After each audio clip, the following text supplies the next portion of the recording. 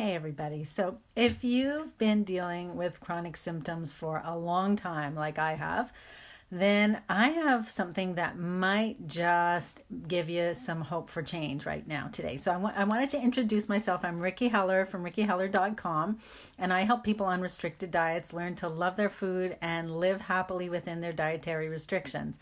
And I thought I would just tell you a little bit about my story because some of you are new, and I wanted to let you know how things have changed for me over 20 years of dealing with chronic candida and still not being symptom free. So for me, I was working as a college professor for many years, and then when I was diagnosed with candida, I went off and studied holistic nutrition. And so I was very into all of these natural approaches. And I have to say, I absolutely, and this will be totally familiar to many of you, if you're dealing with a chronic condition and you've been to conventional doctors, I totally confounded my regular doctors, right? Because they did test after test and just told me, you're healthy. There's nothing wrong with you. But the interesting thing with my situation was I also confounded my holistic practitioners.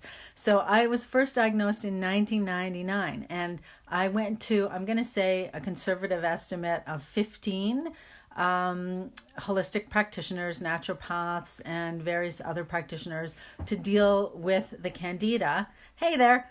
And they were not able to tell me how to get rid of it either. So despite being 100% compliant on the diet. So that to me got me thinking that perhaps there is more going on here than just the food and the supplements, because for 20 years I was, and I still am, 100% compliant, but my symptoms just never completely disappeared. Thanks for the likes. Hi there. So it took me that long to realize, almost 20 years, I would say about 5 years ago, I started thinking, maybe it isn't the candida. Maybe there's something else at play here, and maybe that something else is me.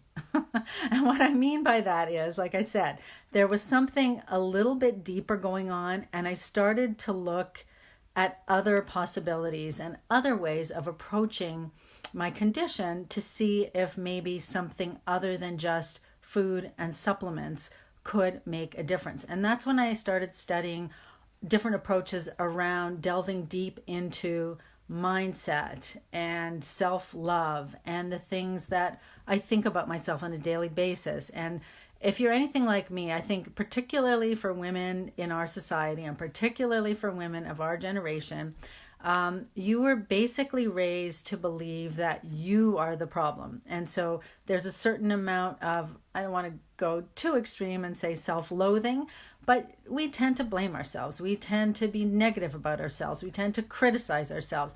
And I was certainly raised that way. I came from a family where if you got an A, my parents would say, well, what went wrong? Because you didn't get an A plus, right? And so you grow up thinking that there's something wrong with you. And in order to change that, you really have to change the way you think about yourself and what you're willing to feel about yourself. And that's a long process. Like I said, I started about 5 years ago looking into various different practices around energy and mindset and different energetic practices that have made a huge difference for me. So I made an effort to learn as much as I could about these things. And well, what does that mean? It's really true what they say, that if you don't love yourself first, there isn't going to be a lot left over for other people. And I've really come to believe that. So that's what I've been working on.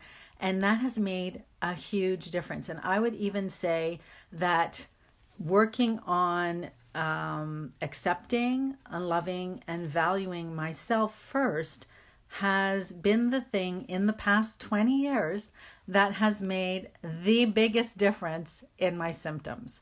And it's the only thing that has started to see these symptoms become alleviated in recent years. So I was sort of at a standstill for many years. My symptoms were like at 95% clear, but we could never quite get rid of that last 5%. And if I ate something that was even slightly beyond my normal diet, I might see a flare-up. And it wasn't until I really started working on what's going on in here that I began to see a difference. So what I decided to do, some of you may know, thanks for the heart. Some of you may know that I run a club called the Sweet Life, which is for people with dietary restrictions.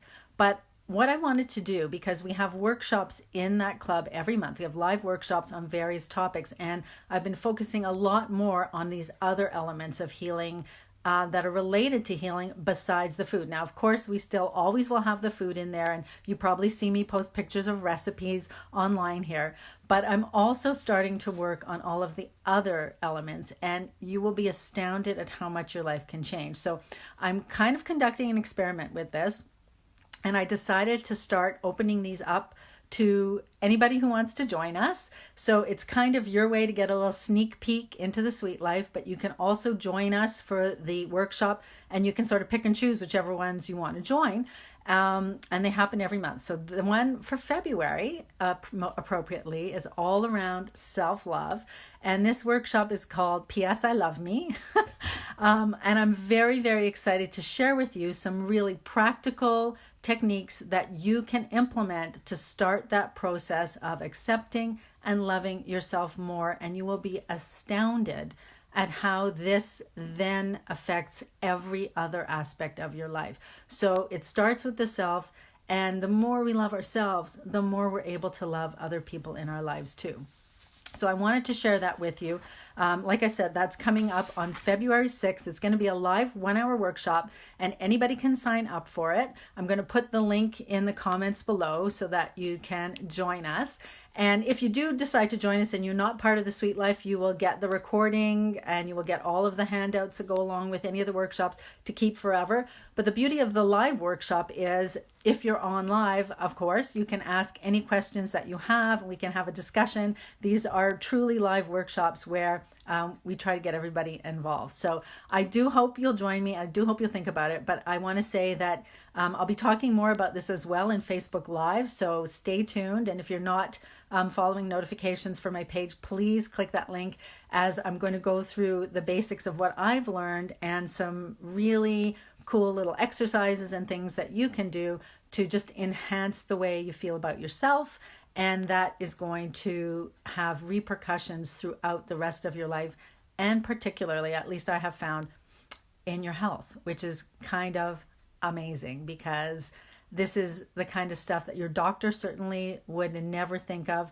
But even with your holistic practitioners, it's not the kind of thing that they can prescribe for you. It's a work that has to go on internally. And even if it's something that you haven't done before, you can always start now and move from there. So I hope to share with you how you can get started, and I hope to see you there. And stay tuned for more.